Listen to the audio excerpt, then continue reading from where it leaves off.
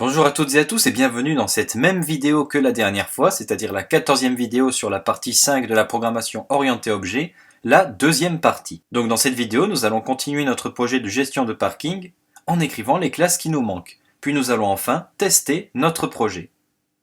Nous revoilà donc sous Xcode et nous allons continuer notre projet. Donc la dernière fois, nous avions fini les classes véhicules, voitures et camions. Nous allons maintenant nous attaquer aux places de parking. Donc, on crée une nouvelle classe qu'on va appeler place, qui va être la classe mère des places voitures et camions. Place. On peut à présent écrire notre classe. Voilà, on ouvre les accolades. Alors cette classe va contenir trois attributs. Un numéro qui va correspondre au numéro de la place, donc de type int, car c'est un entier. Puis un booléen qui va déterminer si la place est occupée ou non, c'est-à-dire si elle possède un véhicule, donc un camion ou une voiture garée à son numéro, donc de type bool, qui prendra donc la valeur de vrai ou faux. Puis une variable véhicule qui permet de connaître le véhicule qui est garé à cette place-là, donc pour récupérer ces informations par exemple. Donc on écrit véhicule, et donc cet attribut est de type véhicule de la classe que l'on a écrite la dernière fois. Écrivons maintenant un constructeur, toujours avec init, avec à l'intérieur notre seul paramètre, car on a peut-être trois attributs, mais il n'y aura qu'un seul paramètre dans le constructeur, et c'est évidemment le numéro de place. Donc nous allons initialiser nos attributs avec le mot-clé self.numéro est égal au numéro, et on va mettre l'attribut occupé à false. Pour la voiture, on s'occupera de cela un peu plus tard, car c'est un cas un peu particulier. Cette classe va avoir 6 fonctions. La première, que l'on va appeler getNumero, va renvoyer tout simplement le numéro de place. Donc il renvoie un int, et on va retourner self.numero. Voilà pour la première fonction. La deuxième fonction va nous renvoyer le véhicule. On crée une fonction getVéhicule, qui va donc nous renvoyer un véhicule de type véhicule, comme la classe que l'on a créée. J'ouvre les accolades, et donc on va retourner le véhicule qui est garé à cette place. Voilà pour la fonction getVéhicule, du moins pour l'instant. Écrivons une troisième fonction qu'on appelle getType, qui va renvoyer le type de la place. Alors là, c'est la même histoire que pour le type du véhicule. On va être obligé de mettre la fonction assert avec false, puis un message. Donc comme on l'a vu dans la vidéo précédente, il n'y aura pas de problème ici. On envoie une chaîne de caractères avec assert, puis false, et notre chaîne en guise d'erreur.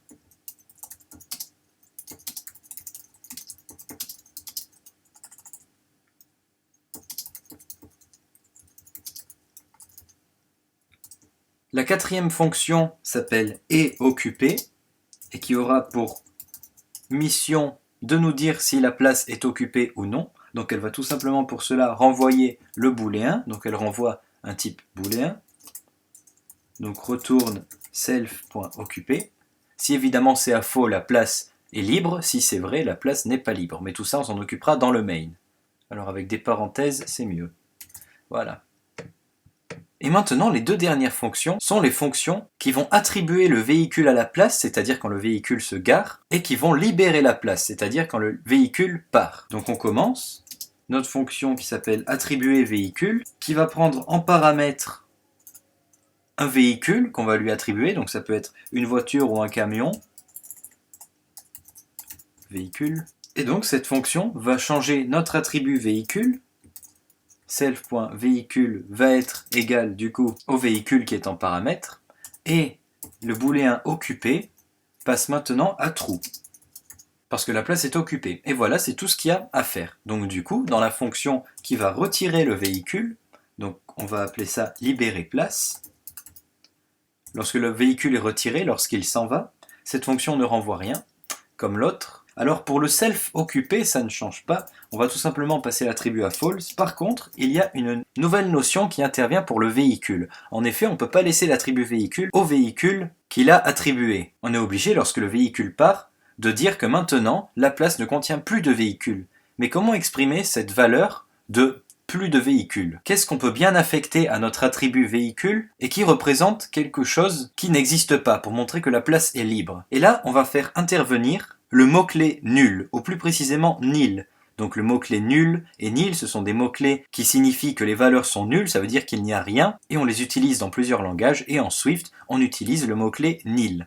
Mais ça va nous amener à un petit problème pour plus tard. Donc vous allez voir, donc self.véhicule est égal à nil. Et vous voyez qu'Eclipse me dit qu'il y a une erreur. Alors, pourquoi il y a une erreur? Donc on va voir, on va cliquer, et on nous dit que nul ne peut pas être assigné à véhicule.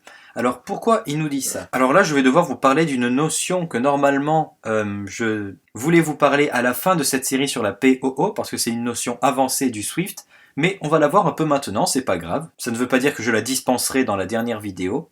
Mais en fait, si on ne peut pas assigner nil, c'est parce que notre variable véhicule, on lui a dit qu'il était de type véhicule. Donc la classe place s'est dit, ah très bien, ma variable véhicule est de type véhicule, c'est sûr. Sauf que là, on vient de lui affecter nil. Et donc là, il y a un problème, parce que la classe, elle voit qu'on lui a affecté nil et elle se dit, ah et moi je pensais que ça ne serait que du type véhicule. Mais on voit bien qu'à certains moments, et c'est le cas ici, la variable véhicule n'est pas égale à un véhicule, mais à la valeur nulle. Ici, nil. Et donc pour montrer que cet attribut de classe est de type véhicule ou d'une autre valeur, eh bien on va rajouter un point d'interrogation après le type. Alors ça c'est quelque chose qui est propre à Swift, vraiment. Mais regardez, vous ajoutez un point d'interrogation après le type de votre variable, et là, l'erreur s'enlève, parce que maintenant, on sait que l'attribut véhicule n'est pas forcément obligé d'être un type véhicule, ça peut être aussi un type nul. Mais du coup, on a une nouvelle erreur qui intervient sur la fonction getVéhicule, et c'est normal, parce que getVéhicule va retourner le véhicule à la place, mais si jamais le véhicule il est nul, il peut pas nous retourner nul, il faut bien qu'il retourne un objet, quelque chose de concret. Et bien là, on va mettre le symbole inverse, c'est-à-dire un point d'exclamation. On va le mettre après self.véhicule. Et ça veut dire qu'on est sûr et certain à 100% que getVéhicule va nous renvoyer un véhicule. Et là, la classe sait qu'on en est sûr, et comment elle sait? Eh bien, c'est parce qu'on a mis un point d'exclamation après notre renvoi.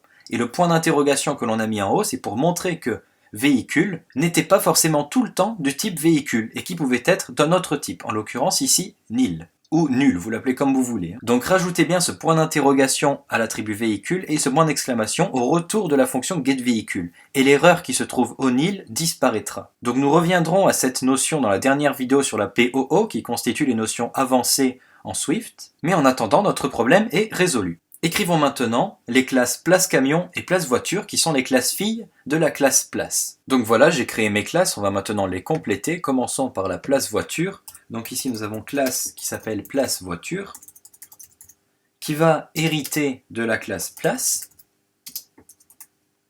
Donc place voiture contient maintenant les attributs et les fonctionnalités de la classe place. Et nous allons définir un attribut en plus propre à cette classe-là, qu'on appelle type place, qui va être de type string et qui va valoir voiture.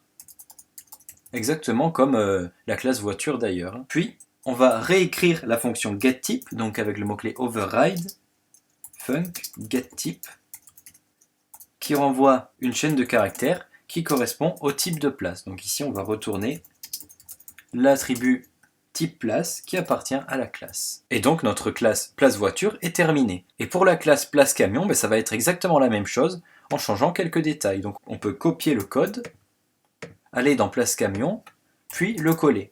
Et là on va changer le nom de la classe qui du coup devient place camion, qui hérite toujours de place, le type cette fois-ci vaut camion, et ça s'arrête là.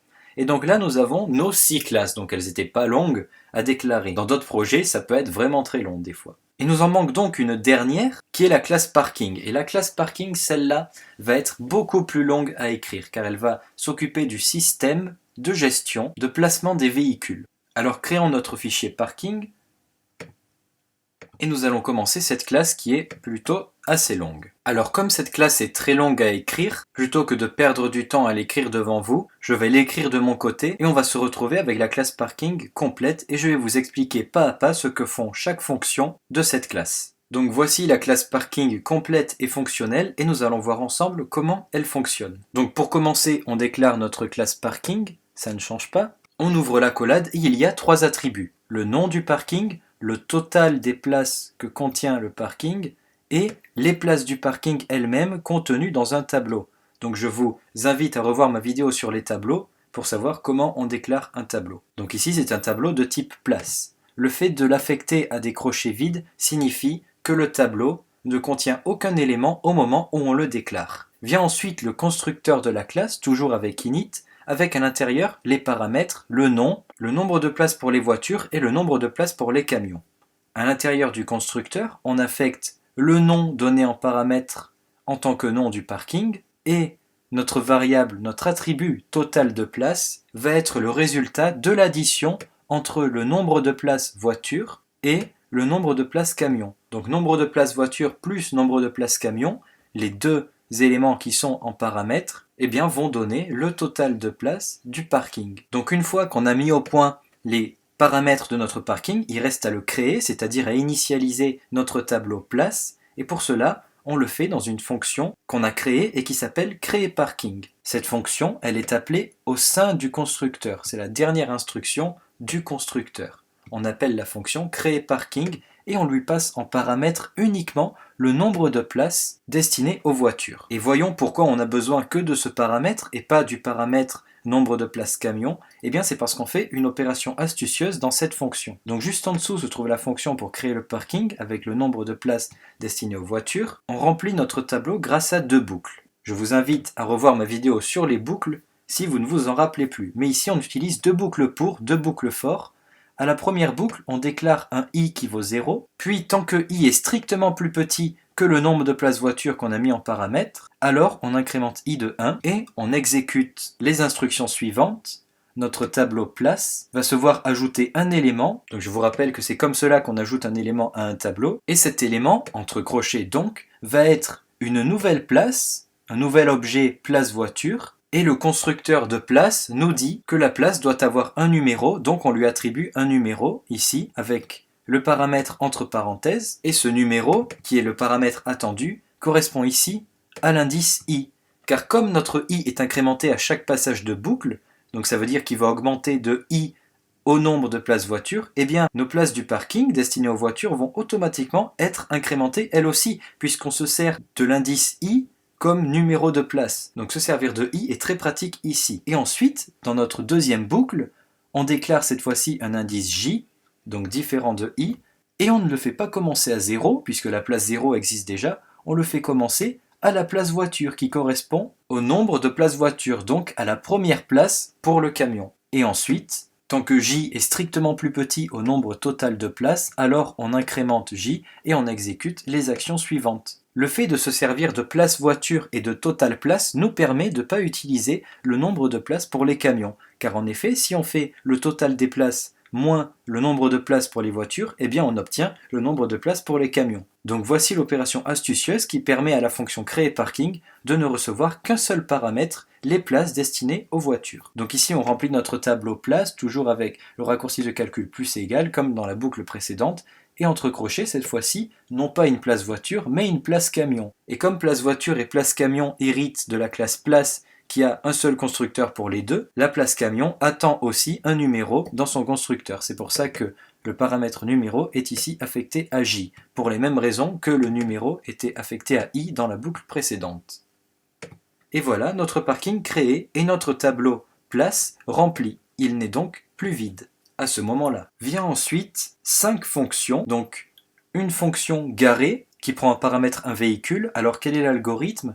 Là, on va parcourir toutes nos places de parking. Je ne vous détaille pas l'instruction, vous savez comment elle est construite. Puis, pour chaque place de parking, on va vérifier si elle n'est pas occupée. Donc, je vous rappelle que la fonction est occupée nous renvoie un booléen. Et pour tester si ce booléen est à faux, on utilise l'opérateur point d'exclamation qui veut dire non. On l'a vu dans des vidéos précédentes. Si la place n'est pas occupée, on va regarder si le type de la place correspond bien au type du véhicule passé en paramètre, donc grâce à la fonction getType qu'on appelle sur véhicule puis sur place. Et pour tester si les types sont égaux, on se sert du double égal, qui signifie l'égalité et non l'affectation. Donc si la place n'est pas occupée et que le type correspond, alors on va attribuer à la place le véhicule passé en paramètre, grâce à la fonction attribuer véhicule que l'on a écrit dans la classe place, qui attend comme paramètre le véhicule à attribuer, et ici il s'agit du véhicule que l'on a en paramètre. Ensuite on affiche que le véhicule s'est garé à la place numéro placei.getNumero qui correspond au numéro de la place où on a pu le garer, parce qu'elle était libre et qu'elle était de même type que le véhicule.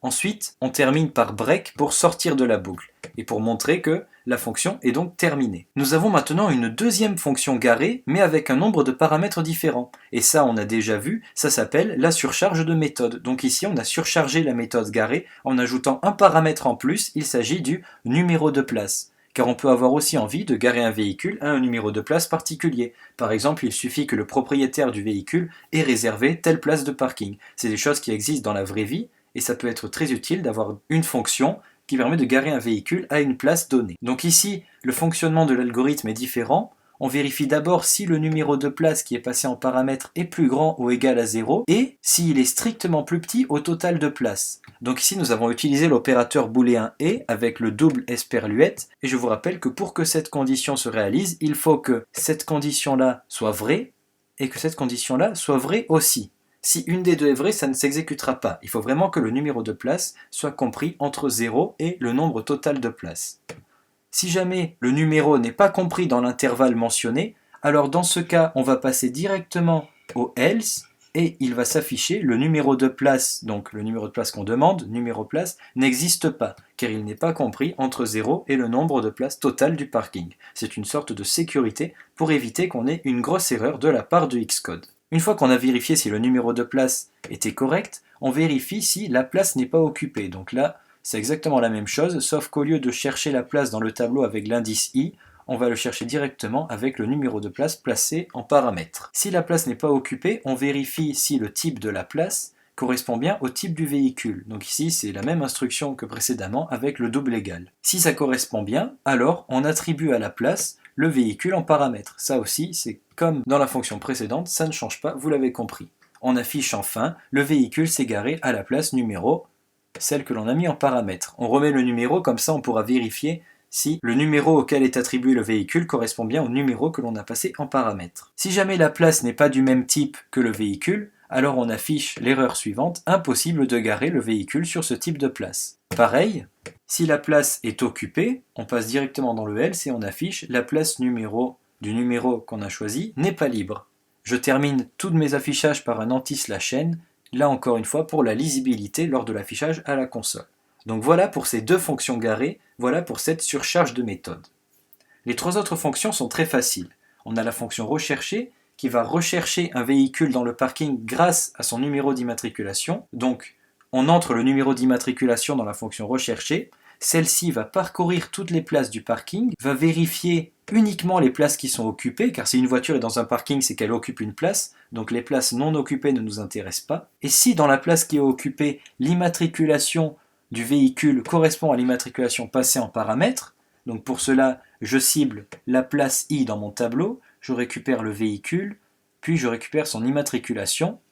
Et si tout cela est égal à l'immatriculation que l'on a passée en paramètre, alors on affiche le véhicule immatriculé de telle immatriculation se trouve à la place, et là on donne le numéro de place qui est un int, donc on concatène avec l'anti-slash et le couple de parenthèses, et on va récupérer le numéro de la place i grâce à la fonction getNumero. Et donc on a trouvé le véhicule. Si on ne l'a pas trouvé, la fonction ne renvoie rien, elle n'affiche rien. C'est la même chose que pour la fonction garer. Si on ne peut pas garer le véhicule, alors la fonction n'affiche rien pour prévenir qu'on n'a pas pu le garer. Et pour rechercher, elle n'affiche rien pour prévenir qu'on n'a pas pu trouver la voiture. Vous pouvez, pour vous amuser, si vous voulez, afficher ces erreurs-là. Comme ça, vous pratiquerez en plus le projet. La fonction qui suit est la fonction afficher info. Cette fonction affiche les infos du parking. Donc elle va afficher que le parking de tel nom contient tant de places. Donc ça, c'est un affichage tout bête. La fonction afficher état va nous afficher l'état du parking. C'est-à-dire qu'il va parcourir toutes les places. S'il trouve une place libre, il nous écrit la place numéro tant est libre, et s'il trouve une place occupée, il ne va pas se contenter d'écrire la place numéro tant est occupée, mais il va écrire la place numéro tant est occupée par le véhicule suivant. Et là, il va donner le type de véhicule plus toutes les infos du véhicule. Et toutes les infos du véhicule, il les récupère grâce à la fonction getInfo qui se trouve dans la classe véhicule. Donc là, on a un bon exemple de communication entre les classes. Et donc voici comment ça marche. On parcourt avec une boucle for-in notre tableau place. On aurait très bien pu le faire avec une boucle classique comme ici, mais je voulais vous montrer un autre moyen avec la boucle for-in que l'on a vu également. Ensuite, on teste si la place n'est pas occupée. Si elle n'est pas occupée, on affiche que la place de tel numéro est libre. Si elle est occupée, on affiche que la place est occupée par le véhicule suivant. Donc on affiche son type en le récupérant, en choisissant place, qui est la variable de notre boucle pour, le véhicule qui est à cette place, et on récupère son type. Voilà comment afficher le type, avec place.getVéhicule.getType. Et ensuite, on affiche les infos avec place.getVéhicule.getInfo. Puis pour ce qui est du print avec l'anti/n, c'est simplement, encore une fois, par rapport à la lisibilité à la console. Il y a en fait une autre fonction que j'ai oublié de mentionner, en fait c'est la fonction partir, c'est un peu l'inverse de la fonction garer, c'est lorsque le véhicule s'en va. D'ailleurs je ne devrais pas la mettre tout en bas, je vais la déplacer pour la mettre juste après la fonction garer. Donc voilà, garer ici. Alors cette fonction-là, elle fait partir un véhicule d'un numéro de place, donc en paramètre, elle prend un numéro de place. Donc c'est la même routine. Si le numéro de place est plus grand ou égal à 0 et qu'il est plus petit que le nombre total de places, et que si la place est occupée, car ça serait bête de dire à un véhicule de partir s'il n'est pas à la place qu'on a indiquée, donc si la place est occupée, alors on libère la place grâce à la fonction libérer place que l'on a déclarée dans la classe place. Ensuite on affiche le véhicule est bien parti de la place de tel numéro. Passons maintenant au programme principal, au main. Donc je vous ai préparé un petit code pour tester le projet, que vous pourrez bien sûr télécharger. Je mettrai le lien dans la description. Donc dans ce main, qu'est-ce que je fais? Je crée un parking que j'ai nommé non parking avec 5 places pour les voitures et 5 places pour les camions. Ensuite, j'ai créé 3 voitures et 3 camions avec des noms complètement aléatoires, des immatriculations aléatoires aussi, quoique peut-être quelques clins d'œil, mais des marques et des modèles, en tout cas tout ce qu'il faut pour compléter le constructeur. D'ailleurs, vous remarquez que j'ai déclaré des voitures et des camions et non des véhicules. Pourtant, le constructeur se trouve dans la classe véhicule et non camion et voiture. Mais comme ces deux dernières héritent de véhicules, j'ai le constructeur de véhicules dans voiture et camion. Alors exécutons le programme. Et donc voilà le résultat affiché à la console. Alors on va commencer au début. Donc d'abord je demande d'afficher les infos du parking. Du coup il s'affiche le parking, mon parking, contient 10 places. Donc c'est bon. Ensuite on affiche l'état du parking. Évidemment je n'ai garé aucun véhicule, donc toutes les places sont libres. Après je gare la voiture 1. Donc on a la phrase de confirmation, le véhicule s'est garé à la place numéro 0, car c'est le numéro de notre première place. Ensuite j'affiche l'état du parking, et donc il s'affiche la place numéro 0 est occupée par le véhicule suivant, donc c'est la DeLorean de Doc, et il m'affiche le reste des places qui est libre, car je n'ai garé pour l'instant qu'un seul véhicule. Ensuite je gare ma voiture 2 à la place numéro 3, donc j'ai bien le véhicule s'est garé à la place numéro 3, et ensuite je cherche à garer la voiture 3 à la place 0, mais ici il est écrit que la place numéro n'est pas libre, ce qui est tout à fait normal puisque la place 0 contient la voiture de Doc. Ensuite j'affiche l'état du parking, donc ici il me dit que la place 0 est occupée par le véhicule suivant, toujours le même, la place 3 est occupée par le véhicule de John, je l'ai garé juste avant, et les autres places sont libres. Ensuite je gare mon camion 1 et mon camion 2, donc ça se passe ici, voilà. Et donc le véhicule s'est garé à la place numéro 5, ça c'est pour le camion 1, et le véhicule s'est garé à la place numéro 6, ça c'est pour le camion 2. Parce que je vous rappelle que pour garer un véhicule, on recherche les premières places disponibles, donc le numéro vient un peu aléatoirement. Ensuite, je demande de garer un camion à la place 4, et en fait la place numéro 4 correspond à une place voiture, et je cherche à garer un camion, et donc la console m'affiche impossible de garer le véhicule sur ce type de place. En effet, cette place n'est pas adaptée pour un camion. Ensuite, j'affiche l'état du parking, donc on a la place numéro 0 qui est occupée par ce véhicule-là, les places qui sont libres, la place numéro 3 toujours occupée par John, la place numéro 5 occupée par George avec son camion, la place numéro 6 est occupée par Marcel avec son camion aussi. Ensuite, je fais partir le véhicule numéro 3, donc le véhicule est bien parti de la place 3, donc il s'agissait de la voiture 2. Ensuite, je fais partir le véhicule de la place 6, il m'affiche le véhicule est bien parti de la place 6, il s'agissait du camion 2. Et ensuite, la place 8 est déjà libre parce que je demande de faire partir un véhicule d'une place où personne ne s'est garé. Ensuite, je gare ma voiture 3 et mon camion 3. Je réaffiche l'état du parking. Donc voilà, place 0 qui contient le véhicule de Doc, la place numéro 1 qui contient le Boeing de Chuck Norris, la place numéro 5 occupée par ce véhicule, la place numéro 6 occupée par Barney. L'état s'affiche correctement. Ensuite, je gare ma voiture 2 et mon camion numéro 2. Ensuite, je réaffiche l'état du parking. On a bien la place numéro 2 qui est prise et la place numéro 7 qui est prise aussi. Ensuite, je demande de chercher sur quel numéro de place se trouve le véhicule CAT23. Et on me dit que le véhicule immatriculé CAT23 se trouve à la place 5. Donc je regarde ici, numéro place 5, il s'agit de Georges avec son camion. Et lorsque je monte dans mon code, on voit bien que CAT23 correspond à Georges, qui conduit un camion. Donc voilà, notre programme de gestion de parking marche parfaitement bien. Et encore une fois, vous pourrez le télécharger dans la description. Cette vidéo est maintenant terminée, merci de l'avoir visionnée. Dans la prochaine, nous allons voir ce que l'on appelle les protocoles en Swift, et en attendant, je vous dis à bientôt pour la prochaine vidéo.